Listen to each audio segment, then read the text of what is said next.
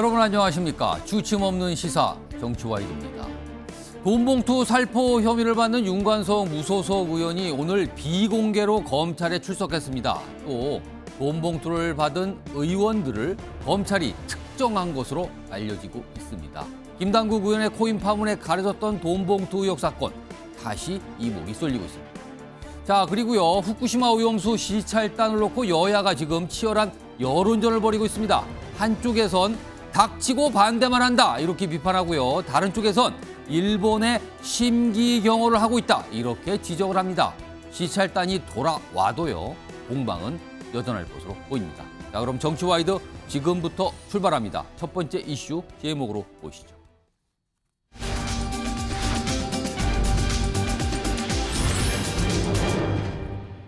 자, 정치와이드 첫 번째 이슈 여기 준비되어 있습니다. 청문회에서 호통 영상이 왜 등장을 했을까? 오늘 인사청문회가 국회에서 지금도 진행 중이거든요. 교통정리설 질문에 아니다 이렇게 얘기를 했다고 합니다. 자, 그럼요. 오늘 초대 보훈부 장관 후보자 인사청문회 아침부터 진행 중이고요. 지금도 진행되고 있거든요. 주요 내용 영상으로 먼저 만나보겠습니다. 행정착오라는 변명과 관련해서 10년 전 영상 하나 틀어보려고 합니다. 들어보십시오. 저도 법조인입니다. 그냥 두루뭉술하게 어떤 법무법인이 자기가 그 사건을 해서 자기 매출액으로 올리는 것이지. 법무법인 하늘을 정관예우 특권 지속을 위한 편법 우회로로 설정하고 돈을 계속 쓸어담기 위한 저수지로 활용한 것으로 보입니다. 그 증거가 바로 대법원 판결문에 선명하게 남아있는 16건이 넘는 후보자의 선임 내용입니다. 전관예우로 인한 경제적 이득은 놓치지 않으려고 하는 후보자 욕심과 부도덕한 공인의식이 빚어낸 지능적이고 의도적인 탈법, 편법 행위입니다. 법사위의 국회의원으로 활동을 하면서 의원님 말씀대로 그것도 비밀도 아니고 공개적으로 그 변호 활동을 물리적으로 못합니다. 의원님 지금 정말 그거 하나는 의원님이 이해를 해주셔야 되고, 그 해당한다는 사건을 제가 보니까 한 개인가 빼고 전부 민사 사건입니다. 저는 태어나서 민사 사건을 해본 적이 없습니다.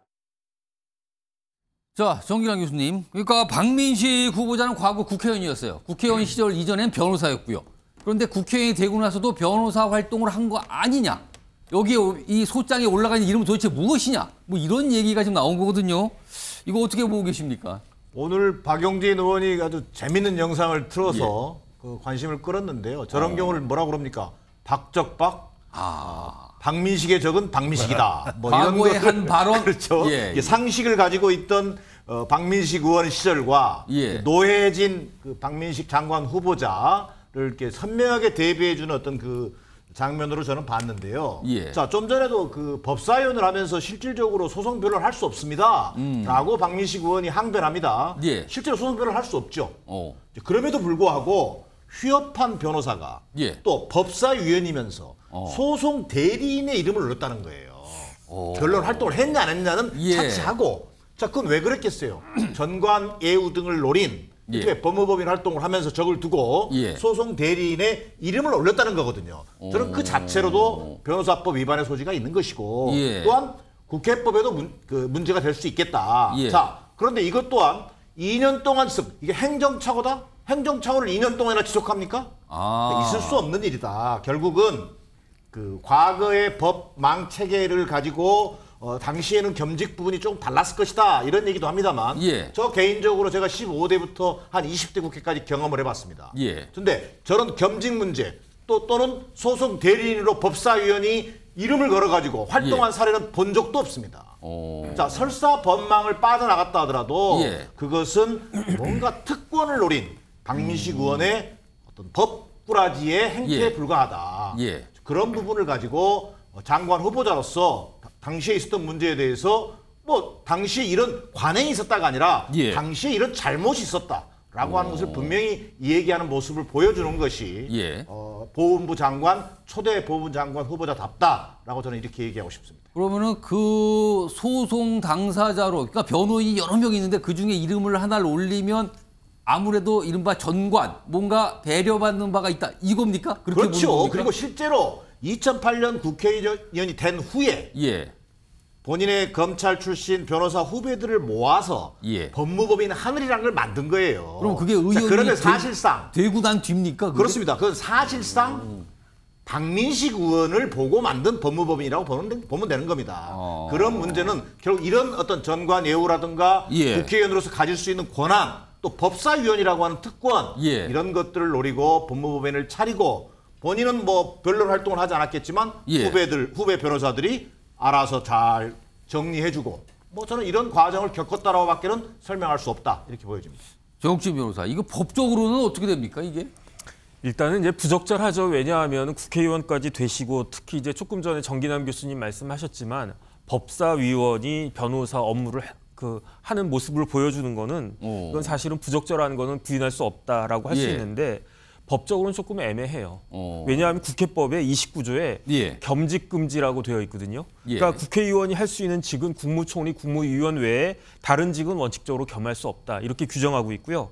그다음에 29조의 2는 영리 업무에 종사하지 말도록 그렇게 아예 그 규정을 갖다가 해놓고 예. 그러면서 그런데 제가 예컨대 변호사를 하는데 갑자기 그만둘 수는 없지 않겠습니까? 국회의원 된다고 해도. 그렇기 때문에 29조의 2의 2항에 임기 개시 후 6개월 이내에 휴업하거나 폐업하라 이렇게 되어 있어요. 아, 시간을 좀 주는 거군요. 네네. 그거는. 그래서 아마도 이제 변호사들 중에 그 배지를 다시는 분들이 예. 6개월 내에 대개 휴업하는 것으로 저는 알고 있는데 그런데 이건 국회법이고요. 예. 변호사법은 좀 틀려요. 변호사법은 어떻게 규정하고 있냐면은 변호사법 38조에 변호사는 국회의원이나 지방의회 의원을 겸할 수 있다라고 규정을 하고 있다고요. 그러니까 이 규정이 틀려요. 국회법하고 변호사법이 예. 내용이 좀 상충하는데 예. 그런데 이제 관례적으로 아마 그다음에 29조의 2가 언제 생겼냐면 제가 알기로는 한 2018년쯤에 생겼을 거란 말이에요. 그러니까 박민식 의원이 국회의원 된 게 제가 조금 전에 신성범 의원님한테 물어봤더니 예. 2008년부터 16년까지 국회의원 했다라고 하니까 그러면은 그 법이 생기기 전이다. 그 전일 거예요. 그래서 제 기억에도 국회의원들이 변호사 막 하는 걸 제가 봐가지고 국회의원이 변호사하면 되나 이런 생각을 했었던 것 같은데 어쨌든 2018년 이후에는 대부분이 아니라 모든 그 변호사 국회의원들이 예. 변호사는 다 휴업하는 것으로 알고 있는데 예. 이게 이제 옛날 이야기니까 그러니까 이제 다시 한번 이 이야기가 되는 것 같긴 한데 그런 점이 있다라고 하는 건 좀 알아야 될 것 같고 그럼에도 불구하고 법사위원이 그렇기 때문에 제가 또 그 말이 안 된다고 생각하는 것 중에 하나가 예. 최광욱 의원이 지금 법사위원이거든요. 그렇죠. 그런데 최광욱 의원 지금 고등법원까지 그 실형 나왔잖아요. 예. 그런데 대법원에서 1년 넘게 아직 그 판결 안 하고 있단 말이에요. 예. 그러니까 뭐 대법원에서 판결 안 하는 건 다 좋은데 최강욱 의원 정도는 적어도 법사위에서 나와야 되는 거 아니냐. 저는 어쨌든 그런 생각하면서 예. 마찬가지로 박민식 후보자도 그런 의미에서는 굉장히 부적절한 건 사실이었다. 저는 특히나 그렇게 생각합니다. 과거에 본인이 어떤 한 말이 있는데 지금 본인이 처한 비슷한 상황에서 엄청난 질타를 했거든요. 그걸 오늘 또 틀었단 말이에요, 지금요. 그렇죠. 그러니까 이제 할 말이 없고 아무래도 좀 민망하지 않았을까 하는 생각은 합니다. 하나만 더 붙이면요. 법사위에 있을 때는 상임위, 그러니까 법사위에서 예. 지경위로 옮깁니다. 그 과정에서 변호사 개업 신고는요. 법사위 때는 안 했습니다. 상임위를 옮기면서 변호사 신고 개업을 합니다. 개업 신고를 합니다. 그러면 그 경위도 사실은 박민식 의원이 정확하게 해명할 필요가 있는 대목입니다. 지금 청문회가 진행 중이니까 아마 이 질문이 계속 나올 것 같아요. 지금요. 오전 상황이었었는데요. 이게 아무튼 뭐 기사로도 다뤄지면서 주목을 좀 받았고요. 그리고요. 박민식 후보자와 관련된 사안은 이것 말고 이것뿐만 아니라 지금 민주당에서 굉장히 많은 질문들을 했거든요. 몇 가지 지난 과거에 있었던 일에 대한 질문들이 있는데요. 또 다른 영상 준비했습니다. 보시죠. 단도직입적으로 하나 묻겠습니다. 내년 총선 출마하십니까? 일어났을 때부터 잘 때까지 오로지 국가보훈만 생각을 합니다. 정말 진심입니다. 제가 사명감을 느끼고 있습니다. 내년 총선 출마하십니까? 안 하십니까? 그거는 뭐 정치적인 거를 제가 뭐 이렇게 생각해 볼 그동안의 겨를이 없었습니다. 총선 얼마 앞두고 있지 않은 상황에서 총선 출마 여부를 단호하게 자기 입장을 이야기하지 못한다는 것은 출마 가능성도 있다는 겁니까? 지난번 출마 선언을 하고 사퇴를 하고 보훈처장 임명됐다 이런 부분에 대해서 일부 언론이나 이런 데서 상당히 그 색안경을 끼고 지적을 한 부분을 봤습니다. 아니 그 부분은 제 질의의 핵심이 아니고 내년 총선에 출마하실 거냐 안 하실 거냐 하는 뭐 그런 정치적인 부분에 대해서는 저는 아직 생각을 해본 적이 없어요. 아직 생각이 없다. 그럼 뭐 출마 가능성도 있다는 것이네요. 저는 혹여라도 출마 가능성이 1%라도 있다면 후보자 그 지명을 본인이 스스로 거부하고 사퇴해야 된다고 봅니다. 5월 10일 날 면접하고 바로 공천 발표를 하기로 돼 있는데 바로 전날 출마 포기 선언을 합니다. 그리고 다음 날 안철수 당시 인수위원장이 분당갑 후보로 공천됐는데 혹시 사전에 안철수 후보가 공천될 거다라고 예상을 하고 출마 포기하신 겁니까?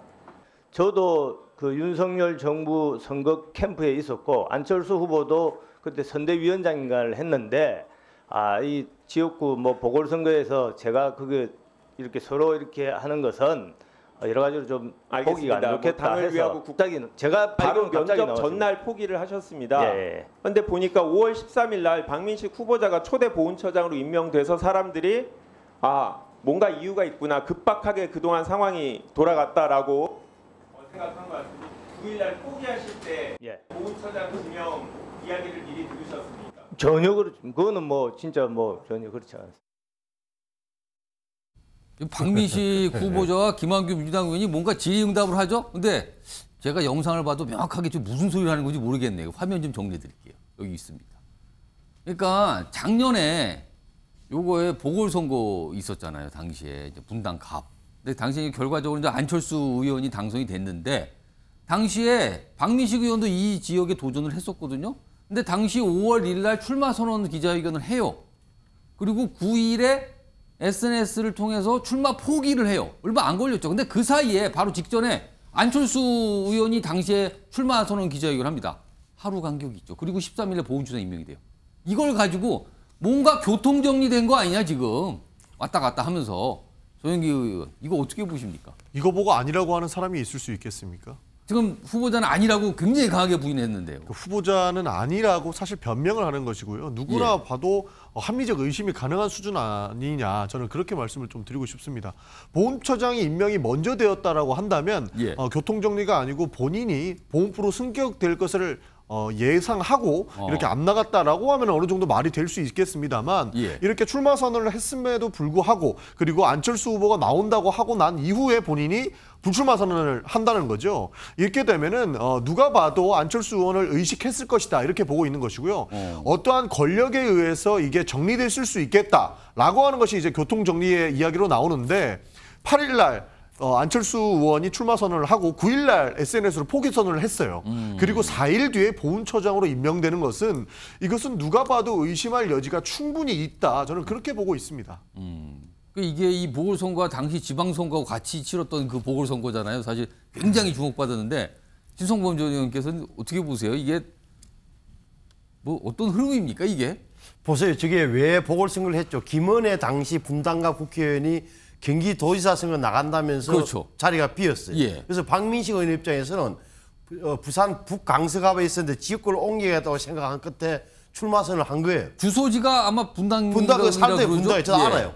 그런데 공교롭게도 안철수 당시에 당 분위기가 안철수 씨가 뭐였죠? 안철수 전 의원은 그 당시에는 인수위원장이에요. 그래서 인수위원장이 만약에 나오겠다고 그러면 자 박민식 그때 아마 당선인 특보예요. 대통령 당선인 특보. 안철수 대통령 인수위원장이 공천 경쟁을 하는 게 정식으로 맞습니까? 안 맞습니까? 올바른가요? 합리적인가요? 그렇다. 그러면 당에서 당이 정리를 해야 될 거 아니에요. 당연한 정리인 거예요. 교통정리 해야죠. 이준석 대표가 했을 거예요. 당대표 이준석이 했어요. 저래 되면 자 박민식 의원의 선택지는 몇 개 있었죠? 끝까지 경선 붙여주세요. 경선하면 안철수에 이기는 거예요. 그렇잖아요. 그런데 포기한다. 왜? 인수위원장하고 당선인 특보가 경쟁을 할 수는 없는 거 아니에요. 그 다음에 앞에까지 정리가 됐잖아요.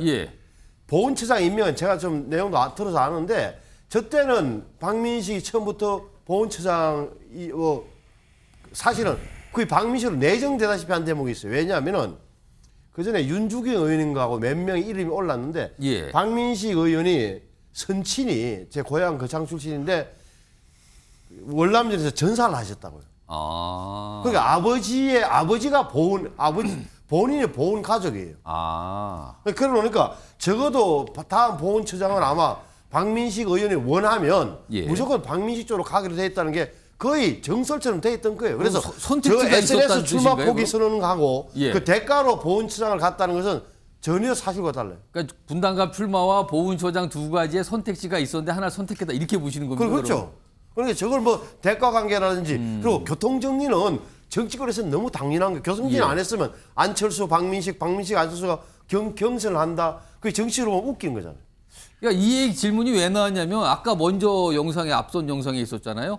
그러니까 내년 총선에 출마하십니까? 자꾸 물어보는 거예요, 반복적으로. 그러니까 지금 만약에 보훈부 장관이 되는데 내년 총선에 출마를 하면은 총선 앞두고 그만둬야 되잖아요, 공직자는. 그렇다면은 이게 글쎄요, 한 10달도 못하고 그만두는 거 아니냐, 뭐 이런 질문이 나오면서 시작이 된 거거든요. 아니, 그 대목도 저는 좀 이상한 게, 예. 저기서는 박민식 지금 장관 입장에서는 장관도 하고, 만약에 대통령이 풀어준다면 예. 다음 선거 때 한번 출마하고 싶은 생각이 왜 없겠어요. 하지만 자신의 정치적인 생각과 달리 대통령의 뜻에 달린 건데 예. 자꾸 야당 의원이 출마 안 할 거냐 물어보는데 뭐라고 답을 하겠습니까? 대통령이 풀어줘야 나갈 수 있는데 모르겠다 그거네요. 예, 조영기 의원. 그렇게 되면 문제가 커지는 거죠. 그러니까 그러니까 민주당에서는 6개월짜리 장관을 하려고 하는 것 아니냐, 총선 출마용 이렇게 이력 쌓기 하는 것 아니냐라는 비판이 안 나올 수밖에 없는 상황이라고 저는 보입니다. 요즘 말하는 스펙 하나 추가하는 거 아니냐 그 뜻입니까? 그럼? 그렇죠. 보훈처장으로서의 임기를 열심히 마치고 있고 만약에 총선을 출마할 거였다면 지금 내려놓는 게 맞습니다. 그런데 총선 출마하냐는 질문에 대답도 못하면서 장관까지는 꼭 해야겠다라고 이야기하는 것이 저는 좀 꺼림칙하다 이런 말씀을 드리고 싶은데요. 사실 이게 교통 정리가 됐다라고 하면 또 다른 문제가 저는 생긴다고 봅니다. 교통 정리가 정치권에서는 어느 정도 허다하게 있다라고 이야기를 하지만 예. 안철수 인수위원장의 출마를 위해서 본인이 포기했고 그렇다면 박민식 지금 보훈처장은 분명히 보훈 인사로도 분류가 될 수 있는 상황이거든요.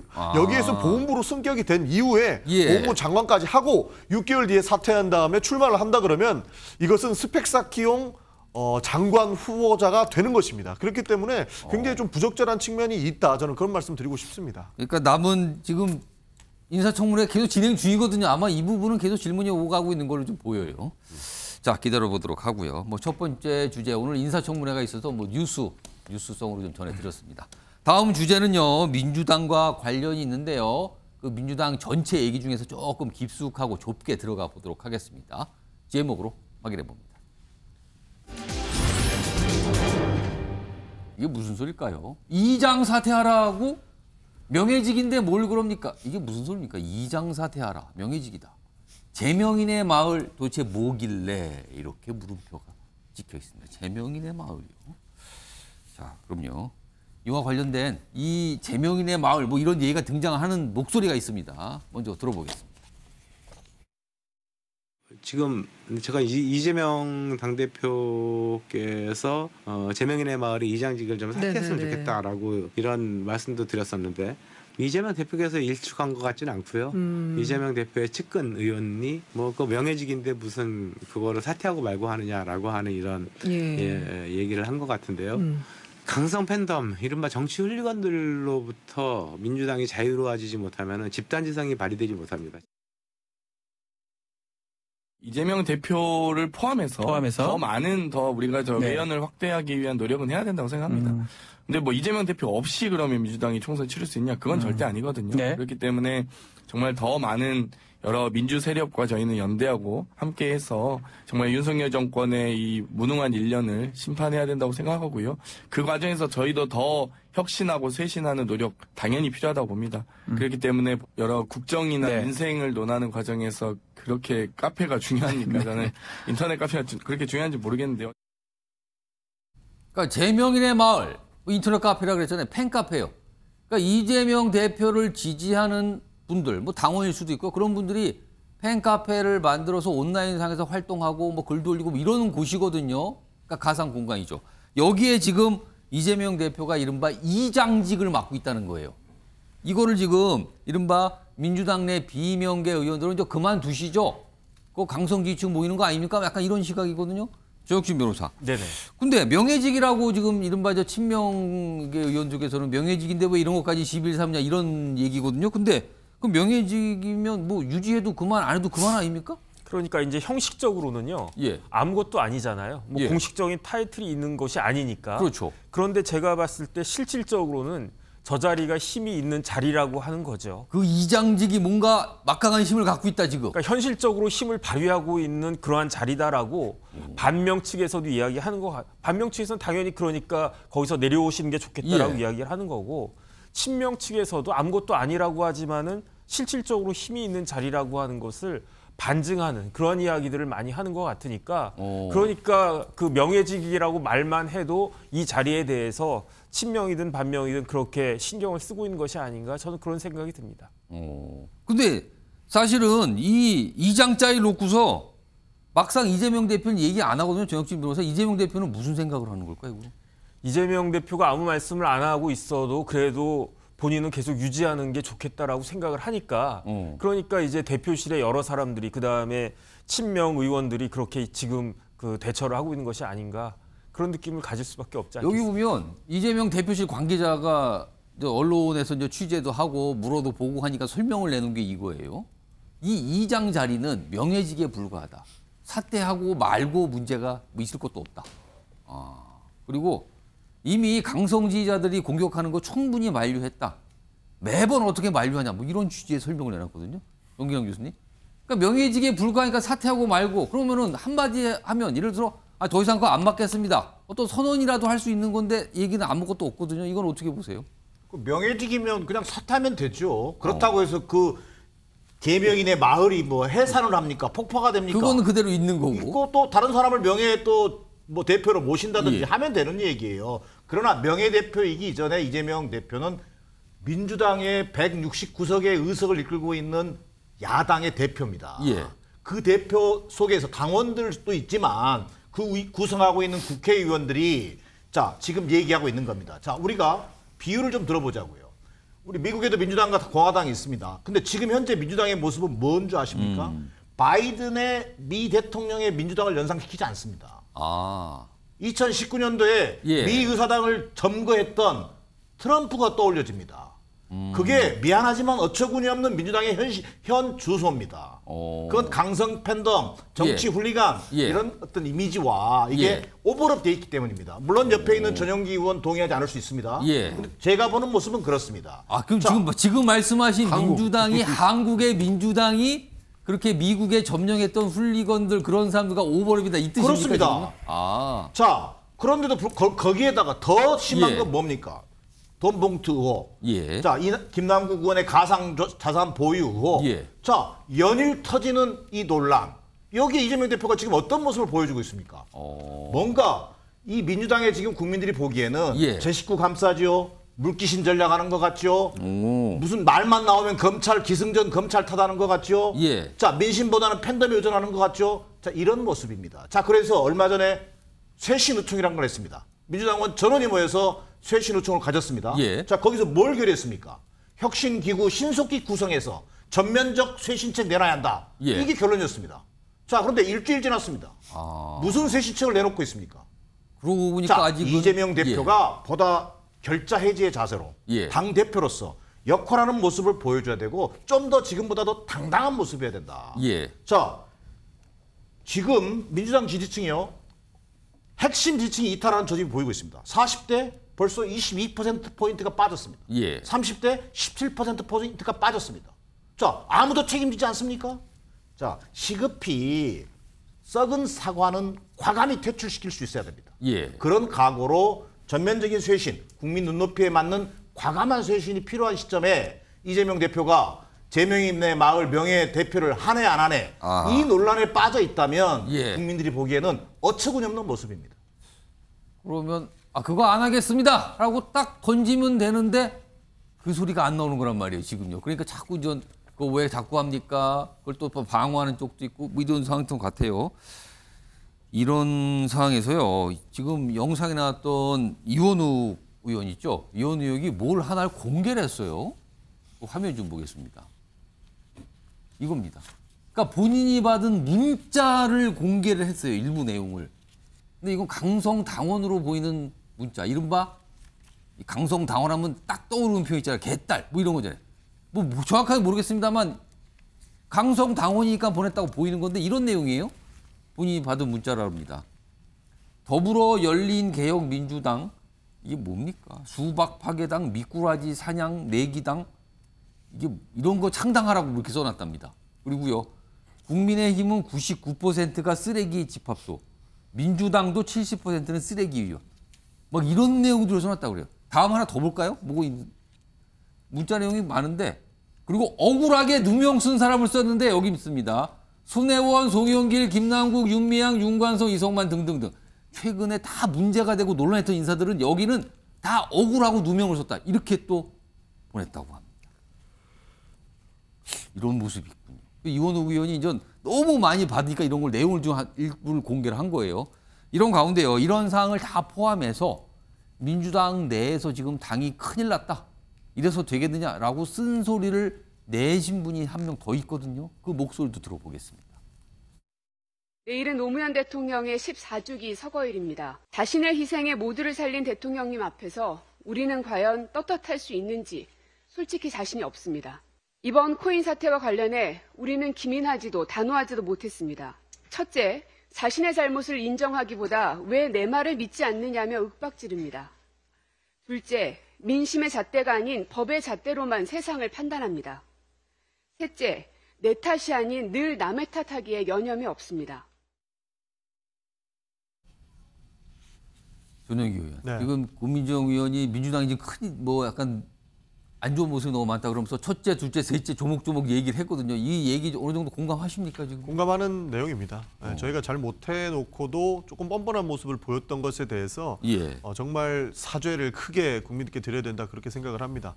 고민정 의원도 지속적으로 이 얘기를 해왔고요. 앞서서 팬카페 논란들이 나왔었는데 결국에는 민주당이 지금 균형감을 상실하고 있는 것 아닌가 하는 우려들을 많은 분들께서 보내주고 계십니다. 그렇기 때문에 그 균형감을 찾기 위해서 필요한 노력들이 여러 가지가 있다 이렇게 말씀을 드리는데요.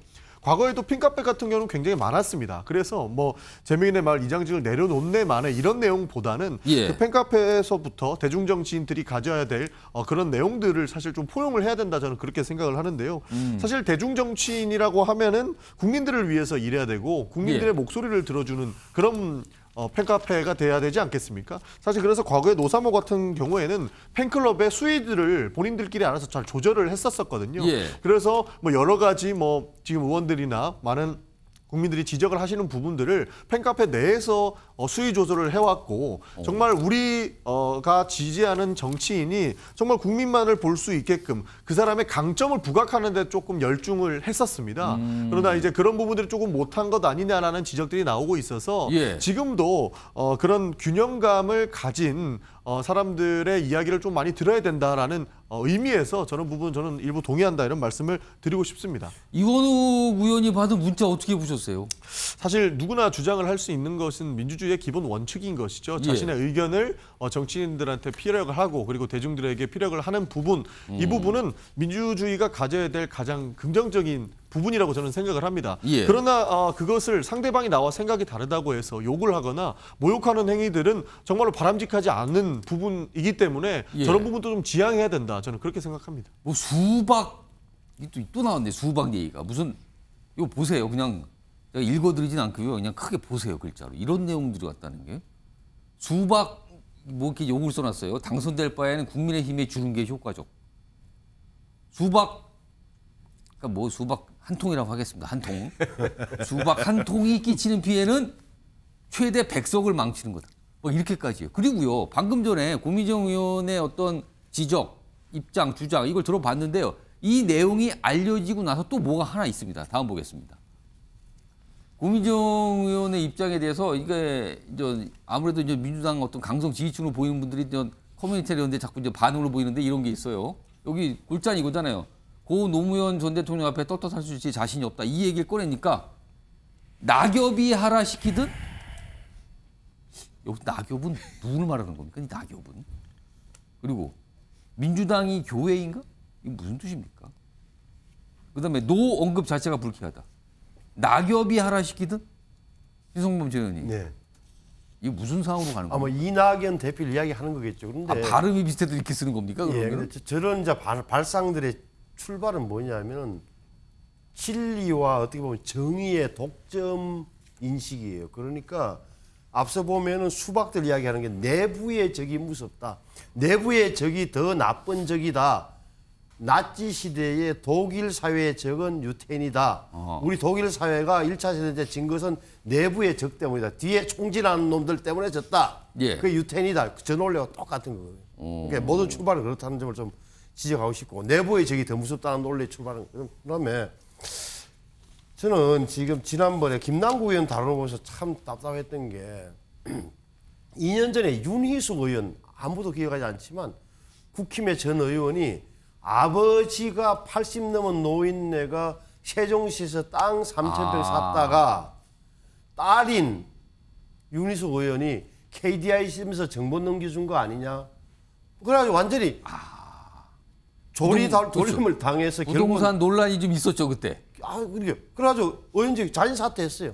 그렇습니다. 본인도 아니고 아버지 일이었어. 예. 제가 출가 외인입니다. 30년 동안 독립생계 유지했습니다. 아무 말도 안 통했어요. 아무 말도 밀어주지 않았어. 그 당시에 야당 의원들이 당시에 여당에서 2021년이니까 예. 아주 사람을 바보를 만들고 결국 쫓아내게 만들었잖아요. 자진 사퇴. 그 잣대를 왜 김남국 의원은 한나도 되지 않느냐. 아버지 사건은 이건 본인 일이고. 당사자인데 이거는. 당사자. 예. 이런 걸 보면서 저는 굉장한 이런 점 때문에 바로 정말 내로남불, 위선, 이중 행태라는 이미지가 예. 민주당에 꽉 쓰여지는 거예요. 이 대목을 좀 진짜 민주당의 구성원들은 정말 진지하게 봐야 돼요. 옆에 민주당의 구성원 계신데 전용기 의원님. 네. 예. 충분히 무슨 말인지는 이해를 했습니다. 그러나 예. 사실 자정하고 균형 감각을 찾아야 된다라는 내용들이 민주당 내부에서도 팽배하지만 사실 강성 지지층이라고 불리우는 민주당 당원들에 대한 입장도 어느 정도 이해는 갑니다.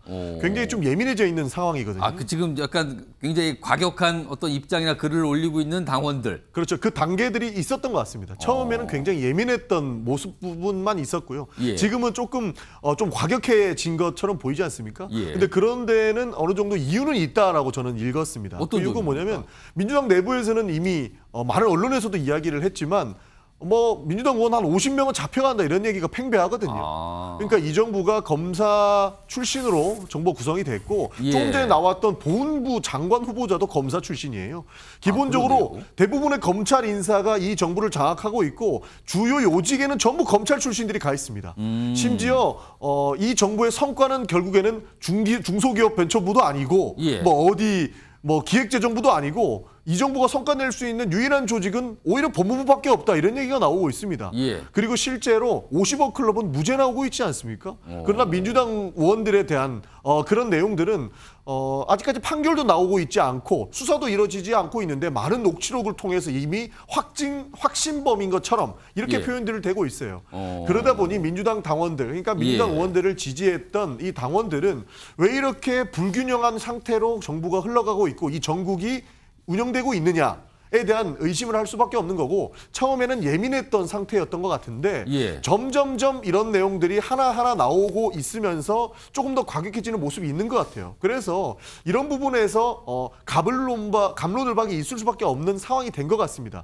그러나 더 이상 예민해져서는 민주당이 참 어려운 상황까지 흘러갈 수 있기 때문에 저도 균형감을 가지고 자능력을 좀 더 길러야 된다. 이런 얘기에는 전적으로 공감한다 말씀을 드리고 신성범 싶습니다. 아니 제가 평소에 존경하는 전용기 의원께서 너무 심하게 나가시는데 심하게 나갔다고 판단하신 거예요 지금요? 이러면 진짜 민주당의 구성원들 많이 금동설이 자리 잡고 있구나. 금동설. 세상은 검찰을 중심으로 도는구나. 검동설이니까 검동설. 예. 검동설. 그러니까 모든 걸 다 이렇게 이야기하기 시작하면 제가 보기에는 끝이 없다. 예. 제발 그 공포심에서 좀 벗어나라. 김남국 의원급만 하더라도 어떻게 해서 검찰이 전문에 얘기했잖아요. 캐비넷에 딱 넣어놓고 있다가 짱 하고 갑자기 꺼낸 게 아니잖아요. 갑자기 불구진 거 아니에요. 발생이 됐는데 검찰에서 당연히 수사하는 게 지극히 당연한 거다. 그리고 정말 그 검찰 공포에서 조금은 벗어나서 예. 좀 밝고 뭐라 그러죠? 좀 긍정적이라는 말보다는 좀 세상을 좀 편안하게 바라보는 시각이 좀 야당한테 필요한 거죠. 그러니까 조금 예민해져 있다 이렇게 받아주시면 좋을 것 같습니다. 네. 그러니까 전현기 의원이 뭐 상당히 그 당원들의 뜻 이것도 좀 한번 살펴볼 필요가 있다. 이 취지는 저는 이해하겠습니다만 지금 윤석열 정부 1년 과거 권위주의 정권 이상입니다. 사실상 야당이 느끼는 그 강도는 엄청난 거예요. 거의 절망적 수준입니다. 자, 그렇다고 해서 기승전 검찰할 겁니까? 국민을 믿고 가는 겁니다. 자, 이른바 도덕성, 유능함으로 국민을 보고 승부를 거는 거예요. 자, 과거 독재 정권 시절에도 탄압받으면서도 야당의 역할을 했던 겁니다. 똑같습니다. 그렇다고 해서 지금 그동안 쌓아왔던 진보 세력이 갖는 높은 도덕성과 유능함을 다 버릴 겁니까? 타락한 진보로 나락에 떨어질 겁니까? 윤석열 정권 1년이 문제가 있기 때문에 우리도 쟤들과 똑같이 가겠다. 이렇게 갈 겁니까? 저는 그렇게 갈 수 있는 건 아니다. 과감한 쇄신과 혁신을 통해서 국민의 눈높이를 맞춰가는 노력이 지금은 필요할 때다라는 게 제 생각입니다.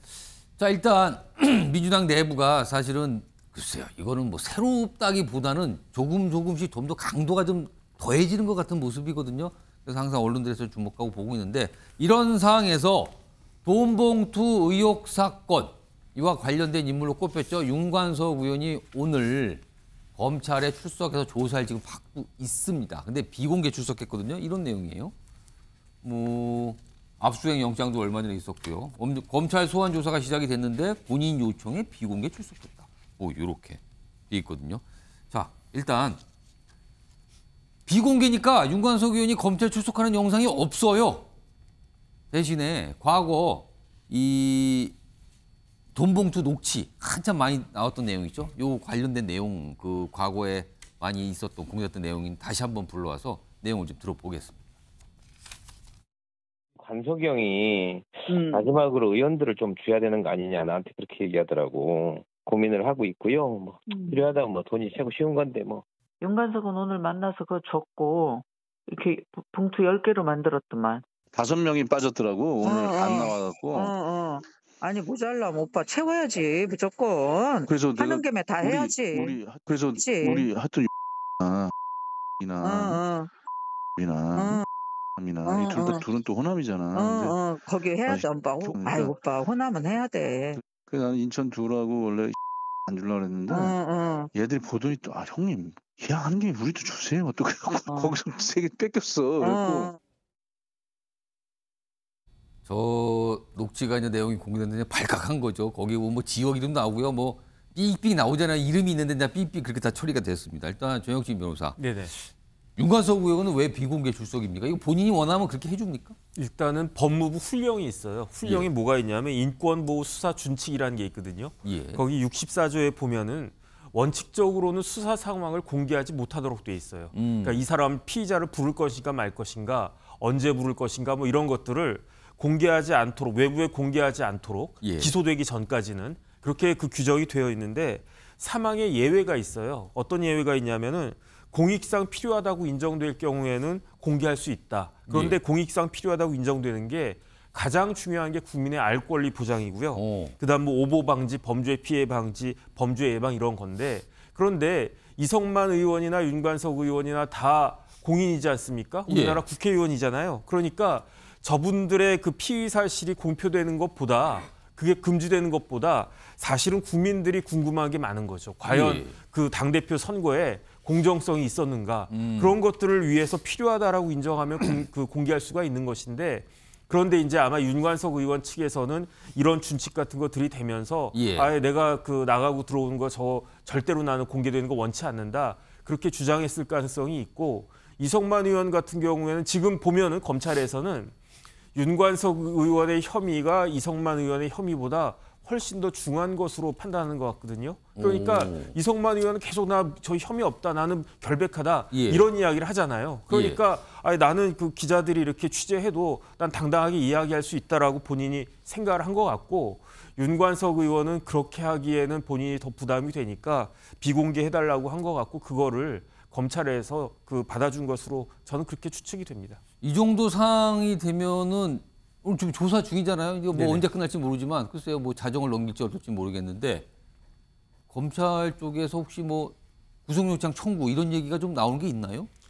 그래서 구속영장 청구할 것 같은 그러한 분위기가 감지된다라고 언론이나 뭐 인터넷에 이렇게 띄어져 있는 걸 봤는데 왜 그러냐면은 사실 그 강내구 감사한테 실질적으로 지시한 사람이 윤관석 의원 아니냐 이렇게 검찰은 의심하고 있고요. 그 정당법에 당대표 경선 그 매수죄 이것과 관련해 가지고 실질적으로 돈을 주고받은 사람보다 이렇게 지시한 사람이 형량이 더 세거든요. 그러니까 강내구 감사도 그 구속이 됐으니까 윤관석 의원도 구속될 영장이 청구될 가능성이 많다라고 보여지는데 문제는 뭐냐면 윤관석 의원은 무소속이지만 국회의원이잖아요. 그렇죠. 그러면 또 이제 그 불체포 특권 관련해가지고 체포동의안이 또 있을 거란 말이죠. 그러면 이렇게 됐을 때 공이 제가 봤을 때는 검찰보다 오히려 민주당 쪽으로 던져지는 거예요. 민주당에서 윤 의원에 대해서 동의를 해줄 거냐 안 해줄 거냐. 해주면은 그러면 다음번에는 또 다른 사람 예컨대 이재명 대표에 대해서 또 영장 청구될 수 있지 않습니까? 그다음에 만약에 안 해주면은 또 안 해주네 뭐 이렇게 얘기하고. 그런데 지난번에 여당 의원에 대해서는 또 해줬잖아요. 그러니까 굉장히 야당 입장에서 스텝이 꼬일 수도 있고 그렇기 때문에 큰 부담 없이 영장 청구를 할 수도 있겠다 그 생각이 듭니다. 전용기 의원께 질문을 안 할 수가 없군요. 만약에 체포 동의안이 국회로 오게 되면 물론 무소속입니다. 탈당을 했기 때문에. 이번에 민주당은 어떤 선택을 하는 게 됩니까? 좀 전에 말씀드린 것처럼 완벽히 검찰의 시대 거죠. 검찰의 시간이 온 거죠. 그래가지고 편하게 말씀을 드리면 영장을 당연히 보고 요건이 있고 증거가 충분하다면 당연히 가결될 수 있다고 봅니다. 그럼 그때도 또 한동훈 장관이 나와서 또 그 영장 사유를 또 청구 사유를 또 설명하는 거잖아요. 그러면 한동훈 장관께서는 당연히 나오셔가지고 본인의 직무에 맞춰서 이 영장 청구 사실에 대해서 말씀을 해주실 것 같은데요. 이런 내용들이 나오면 기본적으로 영장의 내용들이나 증거가 얼마나 있는지 본인이 인정을 했는지까지 판단을 하게 돼 있습니다. 그래서 이 영장 청구 내용을 기본적으로 다 공개를 해주고요. 거기에서 의원들이 판단을 할 것 같은데요. 이미 무소속이고 그리고 의총에서도 지난번에 밝힌 바가 있기 때문에 해당 내용들을 언론을 통해서도 이미 의원들은 다 인지를 하고 있는 사실이지 않습니까? 그렇기 때문에 검찰에서 넘어온 영장을 보고 나서 합리적으로 판단할 것 같습니다. 이것을 가부 여부를 지금 말씀드리기는 조금 어려울 것 같습니다. 혹시 과거에 이런 비슷한 처지에 있는 국회의원들 경우는 당에 소속이 됐을 때는 동료 의원들에게 막 문자도 보내고 호소하는 문자 보내고 그랬잖아요. 근데 무소속이라서 이제 문자 못 보냅니까 그러면? 그러니까 문자를 뭐 보낼 수는 있겠습니다.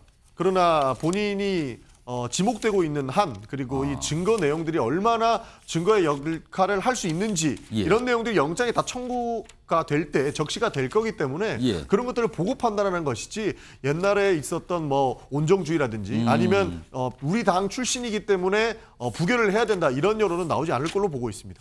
전용기 의원의 설명이나 말씀이 단호한 듯 아닌 듯 약간 중간쯤에 있는 것 같기도 하고요. 지금요 뭔가 과거랑 결이 다른 듯 아닌 듯 하는 것 같기도 하고요. 그렇습니다 지금요. 이런 가운데요. 오늘 보도 내용이 하나 있는데 이걸 좀 화면으로 그림으로 좀 정리했어요. 이게 오늘 한 신문에 나온 보도인데 검찰이 이게 돈봉투 의혹 사건이잖아요. 그럼 준 사람이 있으면 받은 사람도 있다는 거잖아요. 이 받은 사람을 10명 가까이 특정을 했다. 누군지. 이거거든요. 근데 여기 보면 이게 일단 지역별로 돼 있어요.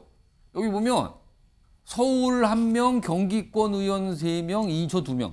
그러면 이게 몇 명인가요? 4명, 6명, 호남 셋, 9명이 나왔어요. 이렇게 있다고 지금 뭐 보도가 되고요. 그리고 이걸 다시 당 안에 계파로 나누면 9명 중에서 5명이 보니까 친이재명계로 꼽히더라. 이렇게 보도 내용이 나옵니다. 역진 변호사. 뭐 몰라요. 이게 진짜 보도만 나오니까 뭐 검찰이 특정한 것으로 이제 알려졌다 정도 상황인데 이걸 전제로 하게 되면 이제 이 9명 다 소환 조사를 받게 되는 게 이제 앞으로 어떻게 되는 겁니까? 절차가 그러면은? 일단은 우리는 몰라도 저 당사자들은 본인이 돈을 진짜로 받았던 안 받았던 본인은 알 거고요. 여기에 지금 3명, 2명이면 이게 나구나 이건 안다 지금. 본인은 알지 않겠습니까? 그다음에 이제 이미 검찰에서 한꺼번에 조사할 수는 없는 거니까 이미 언제쯤 나올 수 있는지 그 수사 일정을 피해서 수사 일정을 확인하기 위해서 본인들한테 그 연락이 가지 않았을까 하는 그런 생각이 이쯤 되면 들고요. 뭔가 접촉을 해서 날짜 좀 잡으시죠 이렇게 얘기가 오가고 있는 거다. 그렇죠. 당장 국회의원 보고 내일 그 검찰청으로 나와라 이렇게 이야기할 수는 없는 거니까 시간을 딱 두고 시간이 되는 그 국회의원들부터 의원님부터 한 명씩 부를 가능성은 높아 보이고요. 예. 그다음에 이게 형량이 그렇게 높지가 않은데 그럼에도 불구하고 시리어스해질 수가 있는 게 이게 이제 정당법이 아니고 정치자금법으로 가게 되면 정치자금 부정수수죄가 될 수가 있단 말이죠. 왜냐하면 국회의원들은 정치인들은 정치자금법에 규정된 내용 이외의 돈을 받으면 그럼 정치자금법 위반죄가 될 가능성이 굉장히 높아지는데 그런데 정치자금법 위반죄로 가면 벌금이 100만 원만 나와도 유죄가 됐는데 실형이 아니고 벌금이 100만 원 이상만 돼도 피선거권이 날아가요. 출마가 그러니까 안 된다. 출마할 수가 없는 거죠. 정치 생명에 심각한 문제가 생길 수가 있는 거니까 지금 그 리스트 안에 들어가 있는 의원님들은 지금 많이 이제 긴장하고 이걸 어떻게 해야 되나. 그렇게 더군다나 이제 결백하다라고 하면 뭐 잘 밝히면 되겠는데 실질적으로 돈 받은 분들도 있지 않겠습니까? 그래서 그런 분들은 어떻게 해야 되나 좀 고민이 많지 않을까 하는 생각이 듭니다. 조옥진 변호사가 그래서 굳이 영어로 시리어스한 상황이라고 그걸 굳이 표현을 강조를 해주셨군요. 지금 자칫 이게 일이 커질 수 있다 이거군요. 지금요. 아무튼 이렇게 뭐 지역별로 이게 무슨 참 이게 불명예스러운 이 배정인데 지금 이렇게 누가 있다라는 게요. 이런 보도도 있습니다. 자, 이 얘기 이 정도로 좀 정리하고요. 다음요. 이 후쿠시마 오염수. 지금 시찰단이 일본에 도착했죠. 그래서 이제 일정을 지금 소화하고 있어요. 그래서 이제 다 전체 일정은 5박 6일 일정인데 일정이 시작해서 뭐 활동을 하고 있을 텐데 이와 관련된 주제로 넘어가겠습니다. 보시죠. 이게 좀 화면 좀 보시면요. 이게 무슨 말입니까, 이게? 오염수 안전하면 식수로 써라. 그러자 화장실 물로 찌개 끓이냐? 이게 무슨 말입니까, 이게 도대체 지금. 이게 지금 국회에서 왔다 갔다 하는 말들입니다, 지금. 안전하면 마셔라. 화장실 물로 찌개 끓이냐?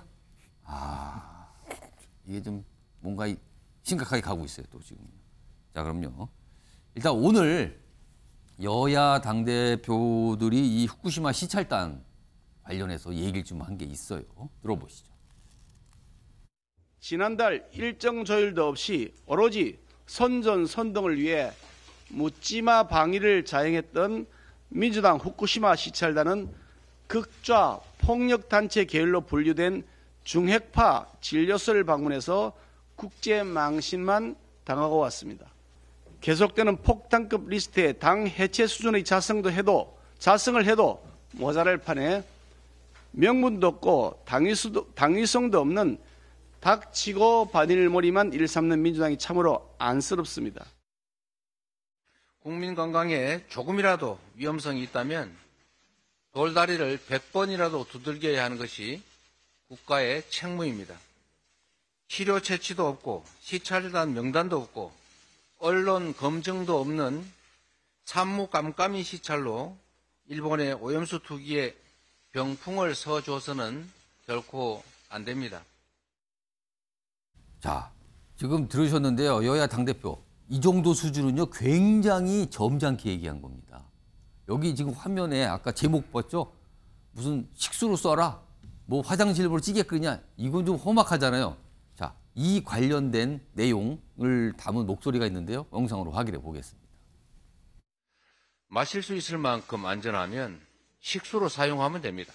또 주변 국가에서 안전하지 않다, 위험하다라고 주장을 하면 안전하다고 우길 게 아니라 진짜 안전함을 스스로 증명하면 될 일입니다. 마치 함께 쓰는 우물에 독극물을 퍼넣으면서 이건 안전하다 이렇게 주장하는 것과 마찬가지입니다.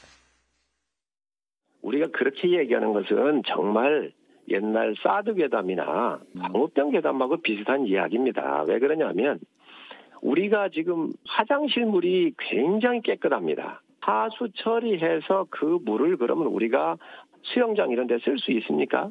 버리는 물에 대한 정서가 있는 겁니다. 이런 얘기들이 주말도 그렇고 지난주부터 오가고 있어요, 지금요. 자, 이 얘기와 관련해서 정기랑 교수님하고 정혁진 변호사 이거 각각 어떻게 판단하시든지 그리고 패널 분들께서는 어떤 시각을 갖고 계신지 우선 정기랑 교수님. 그 말의 거친 표현이라든지 이것을 뭐 문제 삼고 싶지는 않습니다만 저는 이재명 대표는 국민 불안을 지금 대변하고 있는 겁니다. 아까 독국물 이 얘기 말씀하시는 것 같은데. 그 좀 자극적인 어떤 그 표현들이 들어가 있습니다. 자, 그런데 성일종 전 의원, 전 정책위 의장입니다. 저는 정말 저는 과감하게 묻고 싶어요. 성일종 의원은 일본 자민당 국회의원입니까? 왜 국민을 대표하는 집권 여당의 정책위 의장 출신 의원입니다. 자, 화장실 물로 찌개 끓이지 않는다고 하면서 물이 깨끗하냐, 더럽냐의 문제를 넘어서 정서의 문제가 있다. 이런 궤변을 드러났어요. 무슨 이게 정서의 문제입니까? 국민의 안전과 건강의 문제이죠. 어떻게 이게 정서의 문제예요. 자, 후쿠시마 원전에서는 매일 100톤이 넘는 오염수가 만들어지고 있습니다. 이걸요 방류시키면요 40년 넘게 방류해야 됩니다. 이런 속에서 인체와 생태계에 미치는 영향 어떤 전문가도 지금 장담할 수가 없어요. 자, 그런 데서 국민적 불안이 커지고 있는 겁니다. 특히 우리나라 같은 경우는 일본과 가장 밀접한 나라지 않습니까? 자, 우리나라 생선 얼마나 많이 또 취식하고 있습니까? 시식하고 있습니까? 자, 엄청난 영향을 미치는 거. 벌써 우리 가정주부들은요. 이 상황을 어떻게 대처해야 되느냐? 이제 회는 못 먹는 거냐? 자, 소금을 구해놔야 되는 거 아니냐? 이런 상황까지 가고 있단 말이에요. 소금이요? 천일염 같은 게 다시 구해야 되는 거 아니냐? 왜? 이게 오염수에 의해서 훼손될 수 있으니까, 오염될 수 있으니까. 자, 마무리하면 이렇습니다. 오염수는요, 위험하다고 하는 건 초등학생도 다 알아요. 자, 그럼 문제는 뭡니까? 정부 여당이 할 일은 국민의 그런 부정적인 인식을 불식시켜줘야 되는 겁니다. 그걸 설득해야 되는 거예요. 그런데 역할을 해야지 어떻게 일본 정부의 대변인 같은 말을 하면서 오히려 야당을 공격하는 모습은 국민적 불안감을 더 증폭시킬 뿐이다. 저는 이렇게 보여집니다. 자, 정혁진 변호사는 어떤 생각이십니까? 일단 후쿠시마 오염수가 뭔지부터 알아야 되잖아요. 후쿠시마 오염수가 뭐냐면 지난번에 원전 사고 옛날에 있지 않았습니까? 그 핵 연료가 녹아내렸어요. 그 녹아내린 핵 연료를 냉각하기 위해서 냉각수가 투입이 됐거든요. 그거하고 또 뭐냐면은 지하수가 유입이 됐대요. 그러니까 그 냉각수하고 유입된 지하수는 방사능에 오염이 됐겠죠. 이것을 다액종 제거 설비라고 영어로 줄여가지고 알프스라고 하는데 이걸로 통해 가지고 방사성 동위 원소로 처리한 그 물이 지금 방류하겠다라고 하는 오염수이거든요. 그러니까 이건 제가 봤을 때 이재명 대표도 그렇고 성일종 의장도 그렇고 잘못된 말씀들을 하고 계신 거예요. 이거는 깨끗하냐 더럽냐 그 문제가 아니에요. 이걸로 김치찌개를 끓여 먹냐 안 끓여 먹냐 그 문제가 아니고 안전하냐 안전하지 않느냐 그 이야기인 거죠. 이게 두 가지로 봐야 되는데요. 첫 번째는 이 처리된 후쿠시마 오염수가 안전한 것인가? 제가 봤을 때 안전하지 않을 가능성도 있죠. 그다음에 물 자체는 더 중요한 건 뭐냐면 그 물이 이렇게 희석돼 가지고 한반도에 왔을 때 동해로 오는 건 제가 봤을 때 거의 힘들 것 같고 왜냐하면 일본이 막고 있잖아요. 만약에 그 후쿠시마가 동해 쪽으로 있었다라고 하면 그거는 큰 문제가 되겠지만 뭐 그 과학자들 이야기가 동해 바깥쪽에 있으니까 태평양 쪽에 있으니까 태평양 한 바퀴 삥 돌고 오면은 미국보다도 더 그 물이 희석이 될 거다. 그 이야기를 갖다 하니까 그러니까 안전성 관련해서는 물이 안전할 만큼 희석이 됐느냐 그만큼 되지 않았다고 하더라도 태평양 건너오면 그러면 우리나라하고는 상관이 없는 거 아니냐 이런 문제를 갖다가 정확히 봐야 될 것 같고 제일 중요한 건 제가 봤을 때는요. 후쿠시마 원전수를 그 모염수를 일본에서 방류한다라고 했을 때 우리가 이걸 막을 수 있는 강제적인 조치를 할 수 있는 능력이 현실적으로 있습니까? 막을 수 있는가? 실효적으로 할 수도 없는 거예요. 왜냐하면 그건 일본이 알아서 하는 거고 후쿠시마 방류 그 오염수를 방류함으로 인해 가지고 제일 타격을 입은 사람들은 누구냐면은 일본 어민들일 거 아니에요. 그러니까 일본 어민들도 그 문제가 될 거고 그렇기 때문에 이거는 무엇을 따라야 되냐면 국제적인 기준을 따를 수밖에 없지 않겠습니까? 예컨대 그 지금 시차를 허용한 그 일본이 시차를 허용한 데는 IAEA하고 대만밖에 없거든요. 근데 이제 요번에 이제 우리가 갔단 말이죠. 그런데 예컨대 IAEA에서 이 정도는 방류해도 된다라고 했는데 그렇다라고 하면 거기에 대해서 우리가 뭐라고 이야기하는들 무슨 의미가 있을 것이며 근데 만약에 IAEA가 그 지적하지 못한 것들을 요번에 우리 시찰단에 가서 지적해서 이런 문제가 있으니까 재고해야 된다. 이런 식의 성과를 내면 그건 아주 좋은 거고. 그런데 우리는 어떤 그게 있냐면은 사드도 그렇고 그다음에 그 광우병도 그렇고 그런 식으로 비과학적으로 대처했던 그런 일들이 있기 때문에 이번만큼은 다 좋은데 이 IAEA나 그런 쪽의 그 과학적인 기준에 부합하게 그렇게 대처하는 것이 그게 중요하지 막 그 지금처럼 깨끗하냐 뭐 김치찌개냐 이런 식으로 이야기하면 지난번 사드 광우병하고 뭐가 틀린 것인가 저는 그런 생각이 듭니다. 그러니까 분명히 이건 과학일 텐데 이게 정치하고 옆으로 가더니 갑자기 무슨 화장실물, 찌개를 끓인다, 볶국물이다, 막 이런 표현까지 등장을 한 거예요 지금요. 자 그런데요 시간을 몇 년 뒤로 거슬러 가보면 이전에 문재인 정부 때도 사실 이게 이슈였거든요. 당시에도 이 얘기를 하신 분들이 있습니다. 지금 상황과 비슷하죠? 그때 내용 좀 들어보겠습니다. 이 세 가지 그 여건이 마련되고 또 우리가 볼 때 IAEA 기준에 맞는 그 적합성 절차에 따라서 된다면 저희가 굳이 반대할 건 없다고 봅니다.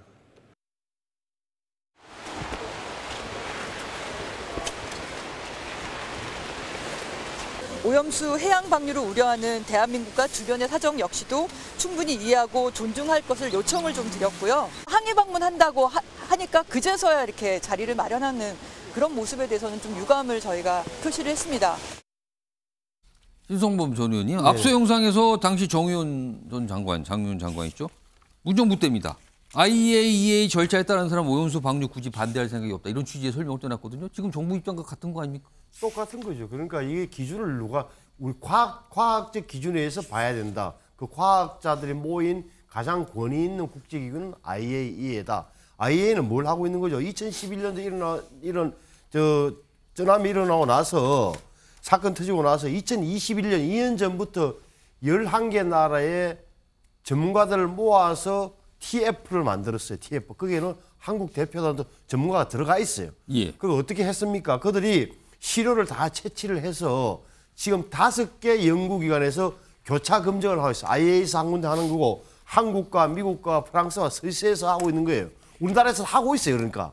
따라서 이재명 대표 이야기한 것 중에 시료 채취는 우리 검증단에 가서 야 일본 못 믿겠으니까 우리가 직접 물 떠서 실험하겠다라고 하는 의미밖에 없는 거예요. 그 물은 이미 우리나라에서 와 있는 거예요. 우리나라 실험실에. 보십시오. 그리고 또 하나는 명단을 왜 공개 안 하느냐. 나중에 공개할 수밖에 없어요. 지금은 우리나라 지금 성격상 명단이 공개되는 순간 어떻게 되겠습니까? 갔다 와서도 엄청난 사회 심리적 압박에 시달릴 것이 분명한데 먼저 공개하는 것은 말이 안 되는 거고 이런 문제가 다 있단 말이에요. 뭐 이걸 어떻게 봐야 되냐면은 2011년도에 저혁진 변호사 이야기한 대로 일본 사람들이 급해 놓으니까 바닷물을 쏟아붓단 말이에요. 그걸 식히려고. 원자로. 그때 그 물에 정확하게 말하면 그때 엄청나게 오염된 물은 이미 다 그때 2011년도에 다 바다가로 갔어요. 지금은 그 후에 아차 정신을 차려가지고 이러면 큰일 나는 거 아니야 가지고 탱크에 모은 거예요. 탱크를. 100만 톤, 130만 톤. 그 물은 뭐냐? 말씀하신 대로 다른 방사능 동위원소는 다 걸려지는데 과학적으로 삼중수소만 못 걸린다. 그래서 어떻게 된 거예요? 저 물이 위험한 물이에요. 안전한 물이 아니라니까. 그러니까 태평양 바다에 방류하면 물에 섞이면 희석되면 삼중수소가 희석되니까 갔다 오면 태평양 바다에 돌고 오면 안전할 거다. 이런 문제란 말이에요. 그렇게 본다면 우리나라한테 적어도 닥치는 것은 시뮬레이션에 의하면 4년, 5년 후에 제주도 온다는 거예요. 그럼 그 전에 어떻게 해요? 미국 캘리포니아부터 가겠죠. 그럼 미국 사람들이 회를 먹는지 안 먹는지 거기서 잡히는 물고기가 어떤지 우리는 관찰할 시간이 여유 좀 있는 거예요. 알겠습니다. 전혁기 의원님. 그러니까 이 문정부 때하고 지금 민주당 입장이 달라진 거 아니냐 이 질문은 나오면 어떻게 좀 답을 그러니까 21년도 정의용 장관이 이야기했던 거 보면 IAEA 절차 따르면은 뭐 못한다 이 얘기 하시는 것 같은데 그 IAEA 절차 따르면 방류 못합니다. 그렇기 때문에 그렇게 심각하게 받아들일 수준이 아니었는데 지금 그거 다 무시하고 진행하겠다고 하니까 문제가 되는 거거든요. 사실 일본은 이 오염수를 방류하기 위해서 굉장한 로비를 하고 있지 않습니까? 지금 대한민국 시찰단이 일본에 넘어가서 이 시료도 채취해보고 실제로 문제가 있는지 없는지를 과학적으로 검증해보겠다라고 하니까 일본에서 뭐라 했습니까? 당신들은 와서 그냥 보고 가는 거지 이런 시료 처치라든지 실질적인 일들은 하지 못할 것이다라고 이야기를 하고 있어요. 이런 모습들을 보면 이미 IAEA를 비롯해서 굉장히 세계적인 곳에다가 로비를 어느 정도 해놓은 것 같다 이런 생각이 좀 들고요. 사실 우리 정부에서 저는 잘못하고 있다라고 보고 있는 게 이렇게 일본이 무지막지하게 본인들이 하고 싶은 내용들을 하겠다라고 하면 이걸 막아야 되는 것을 못하고 있는 것이라고 보고 있거든요. 조금 전에 이 위험한 물, 3종 수소는 걸르지 못하기 때문에 태평양에 방류해서 이걸 좀 희석시키고자 라고 하는 것인데 일본만 위험해지기 싫으니까 전 세계가 다 위험해보자라고 하는 이런 심보입니다. 그렇기 때문에 윤석열 정부가 물컵의 반을 채워놨으니까 일본이 좀 채워달라라고 이야기했는데 거기에다 오염수를 들이부은 격이에요. 이거는 굉장히 좀 심각하고 보고 있는 거고 왜 일본이 오염수, 삼중수소가 들어있는 그 오염수를 방류해야 되느냐 가장 쉽게 이야기를 해보면 저는 쉽게 답이 나온다고 생각을 합니다. 일본에다 그냥 두면 일본 토양이 굉장히 위험해질 거기 때문에 이것을 한번 뿌려보자 이겁니다. 일본에 두면 일본 땅도 썩을 것이고 그 물도 썩을 거기 때문에 굉장히 넓은 그 태평양에 뿌려서 어느 정도 희석시켜보자 하는 그런 검은 속내예요. 이렇게 생각해보면 일본에서 책임져야 될 부분들을 왜 전 세계가 다 같이 안전하지 못하게 되느냐 이런 질문을 안 할 수가 없는 것입니다. 사실 이런 얘기도 나왔습니다. 할 수 있는 것이 없지 않느냐. 일본에서 방류하겠다라고 하면 대한민국에서 막을 수 없지 않느냐. 이런 이야기를 하는데요. 조혁진 변호사가 현실적으로 뭐 막을 방법이 없다. 그렇죠. 할 수 있는 것, 할 수 없는 것 다 동원해야 되지 않겠습니까? 국제정서법에 안 맞으면 국제 제재하는 것이 국제법 아닙니까? 지금 러시아가 세계적으로 잘못하고 있는 부분이 있고 중국도 잘못하고 있는 부분이 있기 때문에 경제 제재하는 것 아닙니까? 일본이 국제정서상 통용할 수 없는 문제, 이 안전 문제만큼 본인들의 이익대로만 끌고 가려고 한다면 국제적으로 비난해야지요. 그래서 이런 내용들을 실행하지 못하게 막아야 되는 것 아닙니까? 그런 것들 다 내팽개쳐놓고 일본이 하겠다라고 하는 거 그냥 두겠다라고 한 것은 정말로 우리 정부가 하고자 하는 역할들을 잘 하고 있지 못하다 이런 평가를 받을 수밖에 없다. 저는 그런 말씀 드리고 싶습니다. 만약에 잠깐만요. 만약에 지금 IAEA가 뭔가를 들여다보고 있잖아요. 그래서 검사해서 이걸 판정을 해보겠다는 건데 만약에 IAEA가 만약에 문제 없다라고 판정이 나올 경우는 어떻게 되는 겁니까? 신성모 의원은 이럴 때는? 그래서 이게 자 전제를 할 게 있어요. 그러니까 안전과 안심은 다른 거예요. 그러니까 IAEA에서 이거는 일본의 조치가 과학적으로 적당하다. 다시 말하면 방류해도 세계 주민들의 세계 시민들의 건강에 큰 문제 없다고 결정을 내렸다 칩시다. 이것을 우리가 받아들일 때는 기준 수치가 낮든 말든 불안하기는 마찬가지일 거예요. 하지만 그러면 그 뭐죠? 우리가 이런 결정의 모든 기준은 과학이에요, 과학. 우리 일반인들의 인식이 아니라 과학자들이 판단하는 거예요. 알겠습니다. 그걸 따라갈 수 없고 믿을 거는 그것밖에 없는 거 아니에요. 저도 지금 불안하겠지만 다시 한번 IAEA라는 데가 있다. 그다음에 음용수 기준, 마실 수 있는 물이야 기준은 WHO라는 게 있잖아요. 국제보건기구. 여기에서 다시 한번 판단을 내리겠죠. 자, 이런 상황에서 일본 얘기 계속 하셨는데 요번에 끝난 G7 정상회의 때 나온 식재료, 이거 두고두고 얘기가 많거든요. 화면 좀 보겠습니다. 이게 등장을 했다죠. 후쿠시마산 쌀과 물로 만든 사케. 이거 정상들이 마셨다고 지금 알려지고 있어요. 그리고 식재료로 음식 제공도 됐고요. 그런데요. 일본이 뭔가 노리는 게 있던 거죠. 이런 걸 제공한 거고. 근데 이게 이번이 처음이 아니에요. 관련 옛날 영상인데 한번 들어보겠습니다. 보시죠.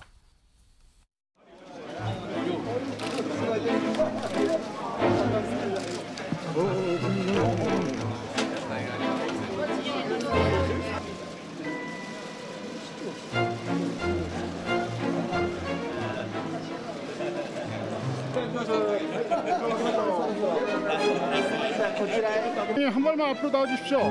예. 대통령 한 발 앞으로 좀 나오세요.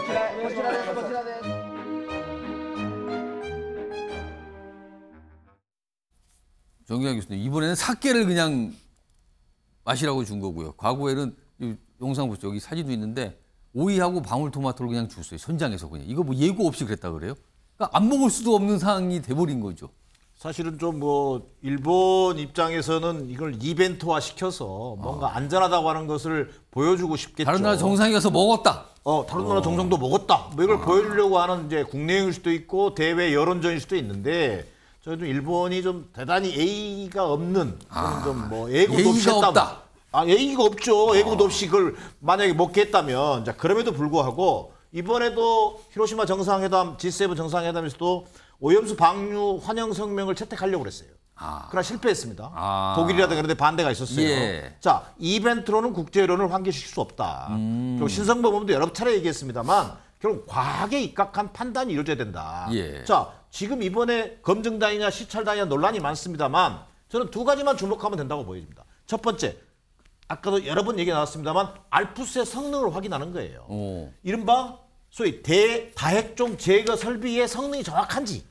그런데 만약에요. 일본이 이미 지금 1060기나 되는 탱크가 있습니다. 이 중에 2년 동안 알프스 제거 장치를 통해서 처리된 이 수량은요. 얼마 아주 작은 분량에 불과합니다. 자, 근데 거기만 보여줄 경우 2년 동안 정화한 물이니까. 자, 이런 경우라면 논란이 되지 않겠어요? 자, 그래서 일본이 지금 통제를 하고 있는 겁니다. 그래서 걱정을 하는 겁니다, 우리 국민들이. 자, 2월 달에 대만 등 태평양 연안 국가들이 갔을 때도 다 도쿄 전력이 통제했습니다. 이런 것처럼 그다음에 두 번째 하나만 말씀드리면 생물학적 위험성에 대해서 논란이 되고 있습니다. 이런 문제에 대해서 우리 시찰단이 검증은 못할지언정 분명한 입장을 가지고 와야 될 텐데 그 부분에 대한 국민적 우려가 크다라는 말씀을 드립니다. 시찰단 일정 많이 남았거든요. 돌아온 뒤에 뭐 국회로 불러서 뭐 이렇게 질의응답하겠다 뭐 이런 얘기가 나오는 상황에서 좀 기다려봐야 될 것 같고요. 다음은 이제 마지막 주제 하나 준비되어 있는데요. 최근에 우리 사회에 마약이 너무 급속도로 퍼졌다 막 걱정하는 목소리인데 이 상황과 관련이 있는 인물이 있습니다. 보겠습니다.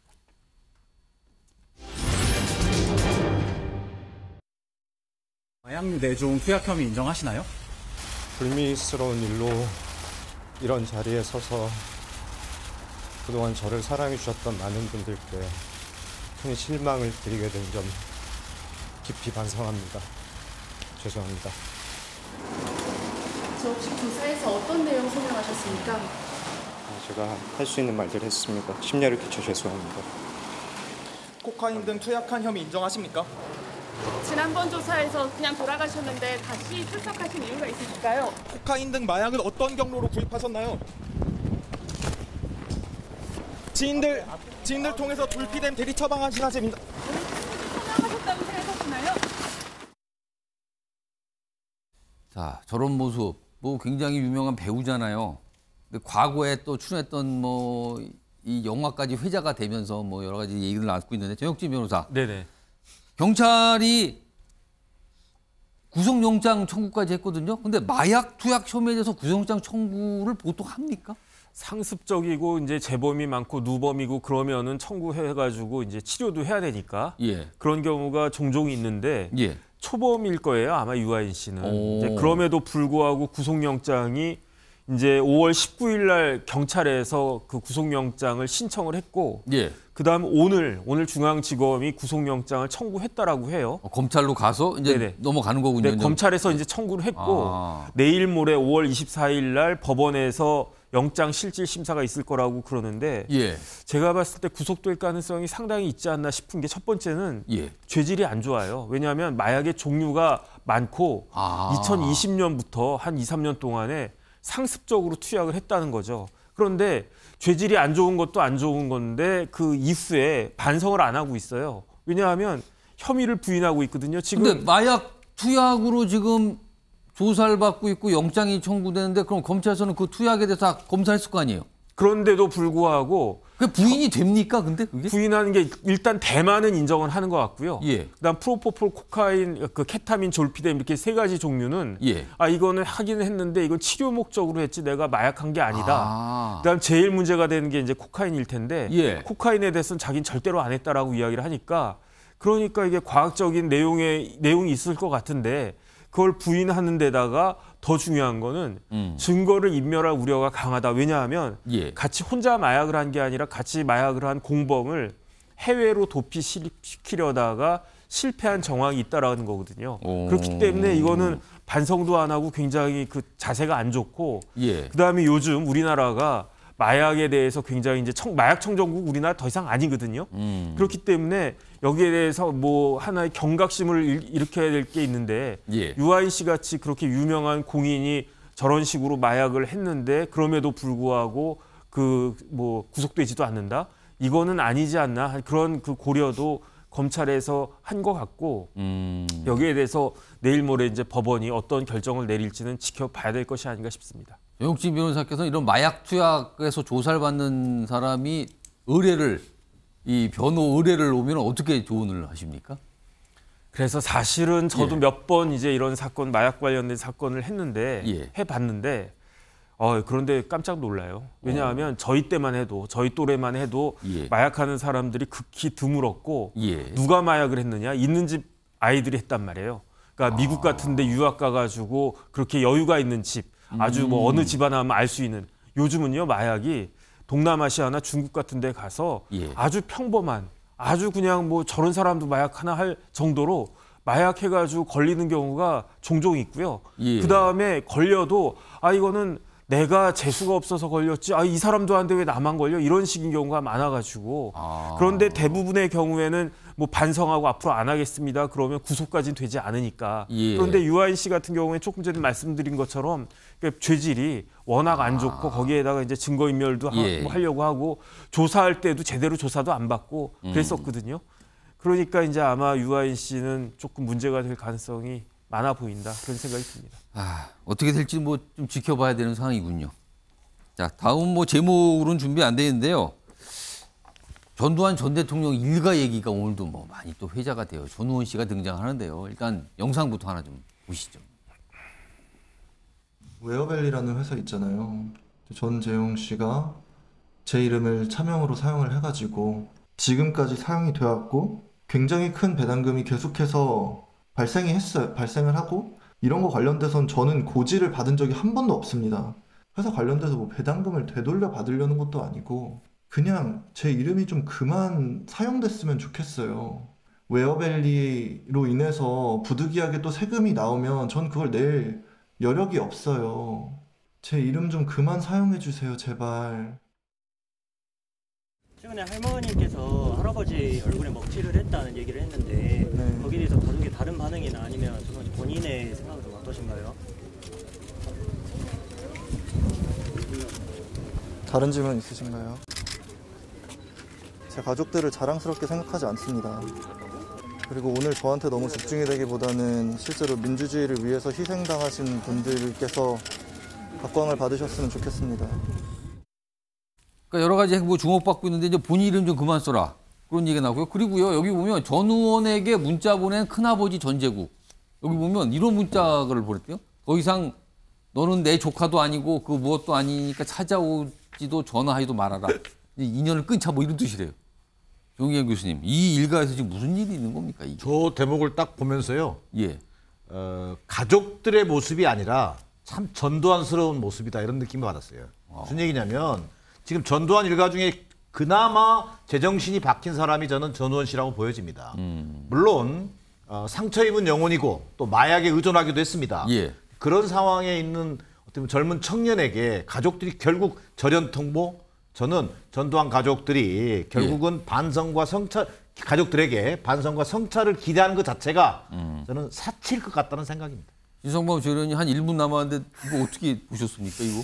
글쎄 저런 거 저 흔히들 뭐 옛날 어른들 말로 호적파라 호적파 그 이야기가 생각나는 거예요. 찾아오지 말고 전화도 하지 마라. 전화도 말고 할머니 문자도 있는데 그 할머니 그게 희순자 여사도 저거는 다 좋은데 아니 자기 아버지하고 아무리 인연이 나쁘기로서니 전재용 아버지가 전재용이잖아요. 전재용 씨도 아니고 전재용. 저는 이런 대목에서 그 5.18 묘지 갔다는 하나의 이유로만으로 저렇게 글쎄 내가 도저히 뭐 평가하기 뭐 하네요. 이렇게 뭐 참 아무튼 뭐 이런 모습이 있어서 계속 뭐 주목을 받고 있죠. 뭐 여러 가지 내용입니다. 요거 조영신 변호사. 네네. 짧게. 이거 아까 실명 이거 어떻게 되는 겁니까? 차명으로 하지 말라는 거는. 글쎄요, 그거는 뭐 차명으로 하면 안 되는, 차명으로 해도 그 부동산하고 달리 주식 같은 경우는 차명으로 있을 수 있으니까 그런 경우에는 실질일과의 원칙이니까 그 국세청에 잘 소명하면 되지 않을까 그런 생각은 듭니다. 알겠습니다.